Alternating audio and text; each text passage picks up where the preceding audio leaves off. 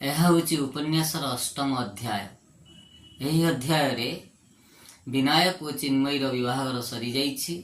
ସେମାନେ ଉଟି ଯାଇଛନ୍ତି। Ooty with command. ସମୁଦ୍ର ପତନ ଠାରୁ 8000 ଫୁଟ ଉଚ୍ଚରେ ଏକ ମନୋରମ ଶୈଳନିବାସ। ଯୁଆଡ଼କୁ ଚାହିଁବ ଖାଲି ପାହାଡ଼ ଆଉ ପାହାଡ଼। ଏହିଭଳି ଏକ ମଧୁର କୋମଳ ପରିବେଶ ଭିତରେ ଛୋଟିଆ ପଟୁଆ ଖଣ୍ଡିକରେ ଭାସି ବୁଲୁଥିଲେ ଗୋଟିଏ ତରୁଣ ଓ ତରୁଣୀ। ତରୁଣ ତରୁଣୀ ଦୁହେଁ ବିନାୟକ ଆଉ ଚିନ୍ମୟୀ। ଗୋଟିଏ ଗୋଲାପ ଗୁଚ୍ଛ କିଣି ବିନାୟକ ଚିନ୍ମୟୀକି ଉପହାର ଦେଲା, ଆଉ 2ଟି ସଜ ଗୋଲାପ ଖୋସିଦେଲା ଚିନ୍ମୟୀର ମସୃଣ ଗଭାରେ। କହିଲା, ତୁମ ଓଡ଼ିଆ ଆଜ ତାମିଲ ବନ ଗଏ। ଏମାନଙ୍କର କଥାବାର୍ତ୍ତା ଏହିପରି। ହୁଏତ ସେମାନେ ଇଂରାଜୀ କଥାବାର୍ତ୍ତା ହୁଅନ୍ତି, ନଚେତ୍ ବିନାୟକ ହିନ୍ଦୀରେ କହିଲେ, ଚିନ୍ମୟୀ ଓଡ଼ିଆରେ କହେ। ଚିନ୍ମୟୀ ଯେ ହିନ୍ଦୀ ନ ଜାଣେ ତାହା ନୁହେଁ, କିନ୍ତୁ କେଜାଣି କାହିଁକି ହିନ୍ଦୀ ପ୍ରତି ତାର ଗୋଟିଏ ରକ୍ତଗତ ବିଦ୍ୱେଷ। ଚିନ୍ମୟୀ ଏବେ ଗୋଟିଏ ଇଂରାଜୀ ବହିରେ ପଢ଼ିଥିଲା, ଜୀବନରେ ସବୁଠାରୁ ଶ୍ରେଷ୍ଠ ଦିନ ହେଉଛି ଆଜି। ତେଣୁ ଚିନ୍ମୟୀ ଅତୀତ ଉପରେ ଯେଉଁ କଳାବଦଳ ଢାଙ୍କିଛି, ଏ ଦୁନିଆରେ ବଞ୍ଚି ରହିବାକୁ ହେଲେ ମଣିଷକୁ ସବୁବେଳେ କଠୋର ହେବାକୁ ହେବ, ନିର୍ମମ ହେବାକୁ ହେବ, ଏ ଯୁକ୍ତି ବାଢ଼ି ଚାଲିଛି ଚିନ୍ମୟୀ। ଭାଉଜ ଠିକ୍ କହିଛନ୍ତି, ସୀତା ହରଣ ରାବଣ ମରଣ। ଠିକ୍ ସେମିତି ଅତୀତର ସ୍ମରଣ ଚିନ୍ମୟୀର ମରଣ। ତେଣୁ ସେ ଅତୀତ କଥା ଭାବିବ ନାହିଁ କଦାପି। ଭାଉଜର କଥାକୁ ସେ ବେଦବାକ୍ୟ ଭଳି ମାନିଛି। କିନ୍ତୁ ହଠାତ୍ ଆଜି ବିନାୟକ ଆଣି ଗୋଲାପ ଫୁଲ ଦେଲା କାହିଁକି? ଏ ଗୋଲାପ ଫୁଲ ଲାଗି କେତେ ପ୍ରଳୟ ଘଟିଗଲା ବିନାୟକ କ'ଣ ଜାଣେ ନାହିଁ? ବିବାହ ଦିନ ଡ୍ରାଇଭରକୁ ଖାଇବାକୁ ଡାକିବା ବାହାନାରେ ପ୍ରଦୀପ ଝପଝପ କରି ତଳକୁ ଓହ୍ଲେଇଗଲା। ଚିନ୍ମୟୀ ଠିକ୍ ବୁଝିପାରିଛି, ଏଇ ତାର ଶେଷ ଦେଖା, ଶେଷ ବିଦାୟ। ସାରା ଜୀବନରେ ଆଉ ପ୍ରଦୀପ ସହ କେବେ ବି ଦେଖା ହେଇପାରିବନି। ହୁଏତ ଏଇ ମୁହୂର୍ତ୍ତରେ ପ୍ରଦୀପ ଜୀବନକୁ ନିଃଶେଷ କରିଦେବ। କାଞ୍ଚନ ତଳେ ଥାଇ ଏସବୁ ଲକ୍ଷ୍ୟ କରୁଥିଲେ। ପ୍ରଦୀପ ଚାଲିଯିବା ପରେ ସେ ଚଟପଟ ଉଠିଛନ୍ତି ଉପରକୁ। ଭାବିଥିଲେ ଚିନ୍ମୟୀ କାନ୍ଦି କାନ୍ଦି ଧୂଳିରେ ଲୋଟୁଥିବ, ମୂର୍ଚ୍ଛା ହୋଇ ପଡ଼ିଥିବ ତଳେ। କିନ୍ତୁ ଆଶ୍ଚର୍ଯ୍ୟ, ଚିନ୍ମୟୀକି ଏଭଳି ଅବସ୍ଥାରେ ଦେଖି ସେ ଆଶ୍ଚର୍ଯ୍ୟ ହୋଇଛନ୍ତି। ଦଣ୍ଡେ ନୀରବରେ ଠିଆ ହୋଇଛନ୍ତି। ତାପରେ ଚିନ୍ମୟୀର ହାତ ଧୀରେ ଧୀରେ ଓହ୍ଲେଇ ଆସିଛନ୍ତି ତଳକୁ। ଗୋଟିଏ ଘରେ ନେଇ ବସେଇଛନ୍ତି। ସେଇ ଘରେ ଗୋଟିଏ ଟେବୁଲ ଉପରେ ଥୁଆ ହେଇଥିଲା ବୋଝେ ରକ୍ତ ଗୋଲାପ। ଗୋଲାପ ଦେଖି ଚିନ୍ମୟୀ ଥରି ଉଠିଛି। କହିଛି, ଭାଉଜ, ଏତେ ଗୋଲାପ କେଉଁଠୁ ଆଣିଲ? କାଞ୍ଚନ କହିଲେ, ମୁଁ ଭୁଲି ଯାଇଛି ରେ। କଲିକତା ବଜାର ସାରା ବୁଲି ଏ ଗୋଲାପ ପ୍ରଦୀପ ଆଣିଥିଲେ ତମ ପାଇଁ। କହିଥିଲେ ତମ ଗଭା ସଜାଇ ଦେବାକୁ। ଚିନ୍ମୟୀ ଉତ୍ତେଜିତ ହୋଇ ଉଠିଲା। ପ୍ରଦୀପ ମୋ ପାଇଁ ଗୋଲାପ ଆଣିଥିଲା? କାହିଁକି? ଗୋଲାପ କ'ଣ ମୁଁ ଦେଖିନି? ପ୍ରଦୀପ ମୋର କିଏ? ପ୍ରଦୀପ କାହିଁକି ମତେ ଗୋଲାପ ଦେବ, ଶାଢ଼ୀ ଦେବ, ଗହଣା ଦେବ, ଜୋତା ଦେବ? କାହିଁକି? ମୁଁ ମଲେ ପ୍ରଦୀପର ଯାଏ କେତେ ବା ଆସେ କେତେ? ପ୍ରଦୀପ ତ ଚାଲିଗଲା, ଏ ଗୋଲାପ ମୋର କ'ଣ ହେବ? ପ୍ରଦୀପ ଗଲା, ତା ସାଙ୍ଗରେ ସବୁ ଯାଉ, ମୋର କିଛି ଦରକାର ନାହିଁ। ସେ ପାଗଳ ଭଳି ଉନ୍ମତ୍ତ ଭଳି ସବୁ ଫିଙ୍ଗିଦେଲା ବାହାରକୁ। ସିନ୍ଦୁର ବିଞ୍ଚି ଦେଲା, ରୂପା ଡିବା ଛେଚି ଭାଙ୍ଗି ଦେଲା। ମୋ ଚିଠି, ମୋ ଫଟୋ, ମୋ ଖାତା ସବୁ ଫେରେଇ ଦେବ? କାହିଁକି? ମୁଁ କ'ଣ ଆଜିଠୁ ମରିଗଲି? ମୋର ଆଉ ଏସବୁ କିଛି ଦରକାର ନାଉ। ମୋର ସବୁ ଯାଉ, ସବୁ ଧ୍ୱଂସ ହେଇଯାଉ, ପ୍ରଳୟ ହେଇଯାଉ। ସବୁ ବହି ଖାତା କୁଟକୁଟା କରିଦେଲା, ଚିଠି ଚିରିଦେଲା, ଫଟୋକୁ ଢୁଢୁ କରି କଚାଡ଼ି ଦେଲା ଟେବୁଲ ଉପରେ। କାଚ ଭାଙ୍ଗି ହାତରେ ପଶିଲା, ରକ୍ତ ଧରିଲା। ସେଇ ରକ୍ତକୁ ମୁହଁରେ ବୋଳି ଚିତ୍କାର ଛାଡ଼ିଲା, ମୋର କେହି ନାହିଁ। ମୋର ଆଜି ବିବାହ ଦିନ, ମୋର ଆଜି ମୃତ୍ୟୁର ଦିନ। ଚିନ୍ମୟୀ ଭୋ କିନା କାନ୍ଦି କାଞ୍ଚନର ବେକ ଧରି ମୂର୍ଚ୍ଛା ଚାଲିଗଲା। ସେଦିନ କାଞ୍ଚନ ବୁଝେଇ କହିଲେ, ଅତୀତର ସ୍ମରଣ ଚିନ୍ମୟୀର ମରଣ। ସେ ଅତୀତର କବାଟ କେବେ ବି ଖୋଲିବ ନାହିଁ। କିନ୍ତୁ ହଠାତ୍ ଆଜି ବିନାୟକ ଗୋଲାପ ଫୁଲ ଦେଲେ କାହିଁକି? ଅତୀତର ସେ କବାଟ ଖୋଲିଲେ କାହିଁକି? ସେ ସବୁ ଅତୀତକୁ ପାଦ ତଳେ ଚାପି ଦେଇ ଭୁସଭାସ ମାଡ଼ି ଯିବାକୁ ଚାହେଁ ଆଗକୁ, ଆହୁରି ଆଗକୁ। ଚିନ୍ମୟୀ ଉପରେ ଶାଶୁଘର ନିଶ୍ଚିତ ଭାବରେ ସମସ୍ତେ ବିରକ୍ତ ହେଲେଣି। ସେ କାହାରି ସାଙ୍ଗରେ ମିଶିବ ନାହିଁ, କାହାରି ସାଙ୍ଗରେ କଥା ହେବ ନାହିଁ, ସବୁବେଳେ ଗୁମସୁମ ଚୁପଚାପ। ଏକଥା ଭାବି ବିନାୟକ କହିଲେ, ହୁଏତ କିଛି ଦିନ ପାଇଁ ଚିନ୍ନୁକୁ ଭାଉଜଙ୍କ ପାଖକୁ ଲୁଧିଆନା ନେଇଯିବାକୁ ହେବ। ତାଙ୍କ ମନରେ ଯେଉଁ ଦୁଃଖ ଅଛି ତାହା ଟିକେ ହାଲକା ହେଇଯିବ। ଏହା ଭାବି ଦୁହେଁ ଲୁଧିଆନା ଚାଲିଲେ। ଭାଉଜକୁ ଦେଖିଲା ମାତ୍ରେ ଚିନ୍ମୟୀ ଭୋ କିନା କାନ୍ଦି ଉଠିଲା। ଭାଉଜଙ୍କ ଆଖିରୁ ବି ଲୁହ ଝରିଲା। ସୁବ୍ରତ ଅଧୀର ହେଲେ। विनायक भाई भाउज पाद छुई प्रणाम कला। समस्त जिनपतर स्टेशन नहीं जीप रे रखिले। जीप बसा को चलीला। चिन्मयी घरे प्रथमे पाद देउ देउ कहला, भाउज मो मुदी मो शाढ़ी मो जोता सब रखिछ, मो फोटो कहीं? कांचन कहले, तमे तो सब चिरी देल, फिंगी देल, मु आ रखिछि कहीं? नाई भाउज, तुमे सब रखिछ मोर, दियो सेई गुड़िक मते दियो। मोर सेई भंगा चिरा मु साइति रखिबी। मोर कोठी रखिछ दियो। कांचन हसिले, कहले, छि एमती पिलांग भली हो नाही। भाउजर हाथ धरी घोषारी घोषारी भीतर को नहीं गला चिन्मयी। चलो भाउज, कोठी रखिछ मते दब। को ट्रंक रे रखिछ जे? को घरे रखिछ? मझी घरे? स्टोर घरे? टाणी नौ नौ हठात आसी पहुंची गला गोटे घरे जोठी प्रदीप से दिन सोई थिला।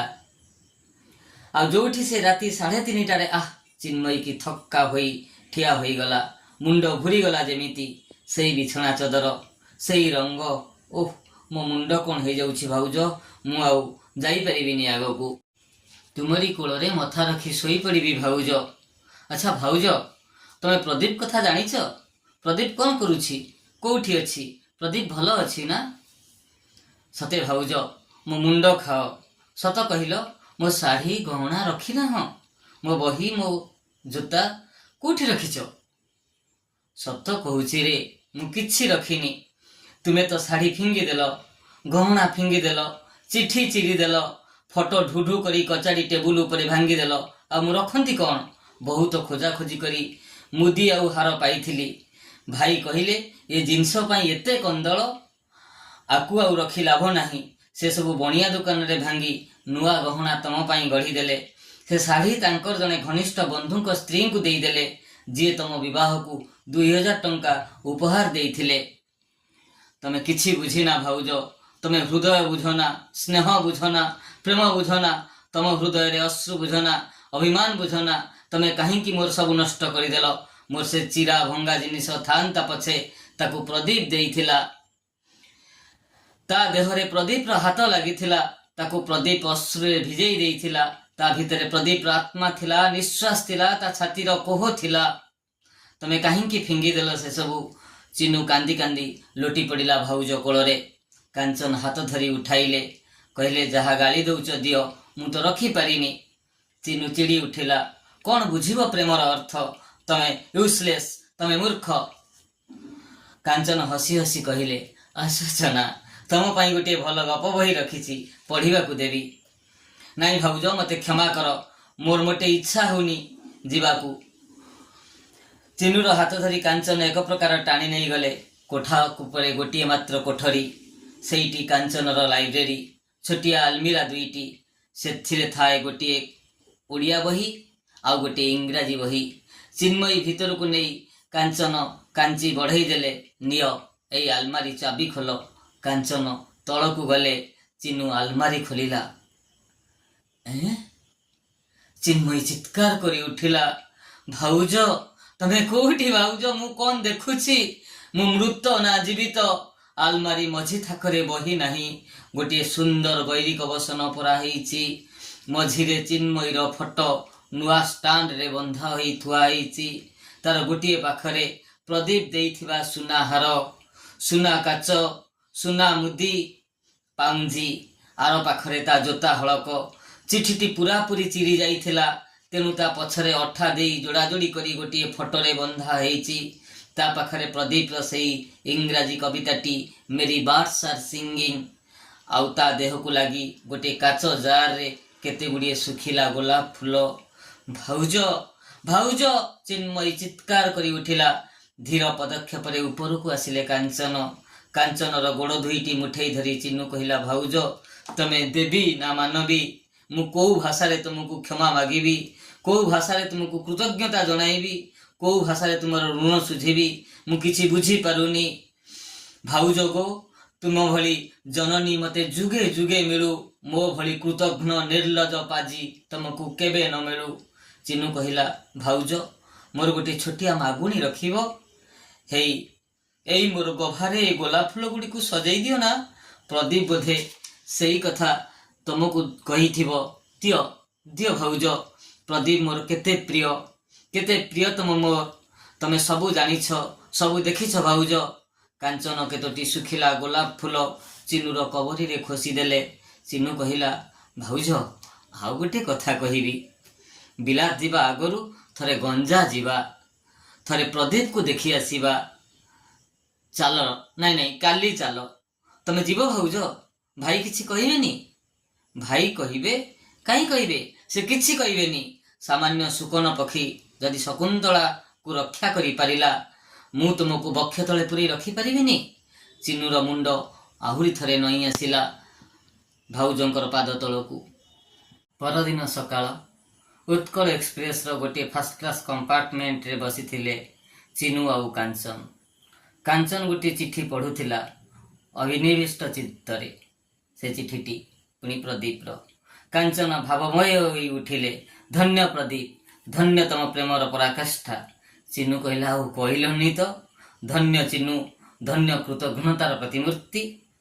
ଗାଡ଼ି ଖୋର୍ଦ୍ଧା ରୋଡ଼ର ପ୍ଲାଟଫର୍ମରେ ଧୀରେ ଧୀରେ ପ୍ରବେଶ କରୁଥିଲା। ପ୍ରଦୀପ ଦେଇଥିବା ବନାରସୀ ସିଲ୍କ ଶାଢ଼ୀ ସେ ପିନ୍ଧିଥିଲା। ତା ହାର ପିନ୍ଧିଥିଲା, କାଚ ପିନ୍ଧିଥିଲା, ପାଉଁଜି ପିନ୍ଧିଥିଲା, ଜୋତା ପିନ୍ଧିଥିଲା, ପାଦରେ ଅଳତା, ଆଖିରେ କଜଳ, ସେଇ କାନ ଆଡ଼କୁ ଅଳ୍ପ ଲମ୍ବି ଯାଇଥିବା ଭଳି ରେଖା ଦୁଇଟି, ଯାହା ପ୍ରଦୀପକୁ ଭାରି ଭଲ ଲାଗେ।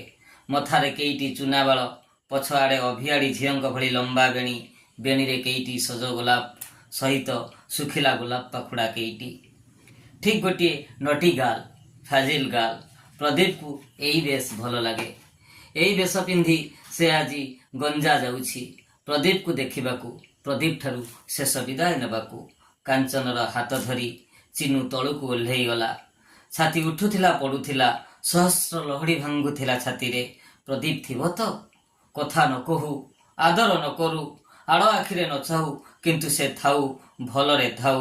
ଥରଟିଏ ମାତ୍ର ପ୍ରଦୀପକୁ ଦେଖିବାକୁ ଚାହେଁ, ଆଖିରେ ଆଖି ମିଳେଇବାକୁ ଚାହେଁ, ତା ପାଦ ଉପରେ ମଥା ରଖି ବିନ୍ଦୁଏ ଅଶ୍ରୁ ଢାଳି ଦେବାକୁ ଚାହେଁ। ସେ ଥିବ ତ? ଥିବ ତ? ହେ ପ୍ରଭୁ ଆଖଣ୍ଡଳମଣି, ପ୍ରଦୀପ ଥାଉ। ମୁଁ ସହସ୍ର ଜନ୍ମ ନର୍କ ଭୋଗେ ପଛେ ଥରେ ଖାଲି ପ୍ରଦୀପକୁ ଦେଖେଁ। ଗଞ୍ଜା କଲେଜର ବାରଣ୍ଡାକୁ ଚିନୁ ଓ କାଞ୍ଚନ ଉଠିଲେ। କାହାକୁ ପଚାରିବ? କେମିତି ପଚାରିବ? ଯଦି ପ୍ରଦୀପ ନଥାଏ, ଯଦି କିଏ ହସିଦିଏ? ତଥାପି ସାହସ କରି ସେ ଆଗେଇଲା। କ୍ଲାସ ଚାଲିଛି। କ୍ଲାସ ପରେ କ୍ଲାସ ପାରି ହେଲା। ଅଧ୍ୟାପକଙ୍କୁ ଚାହିଁଲା।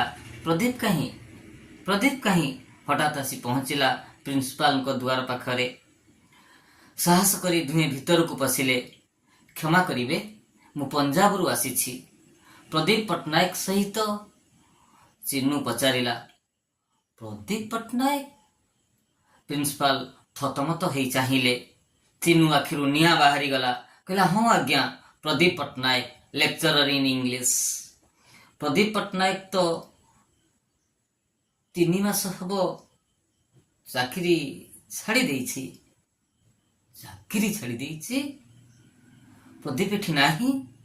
ନାଇଁ ଆଜ୍ଞା, 3 ମାସ ତଳେ ଜଣେ ନାରୀ ବନ୍ଧୁଙ୍କୁ ବିବାହ ପାଇଁ ସେ କଲିକତା ଯାଇଥିଲେ।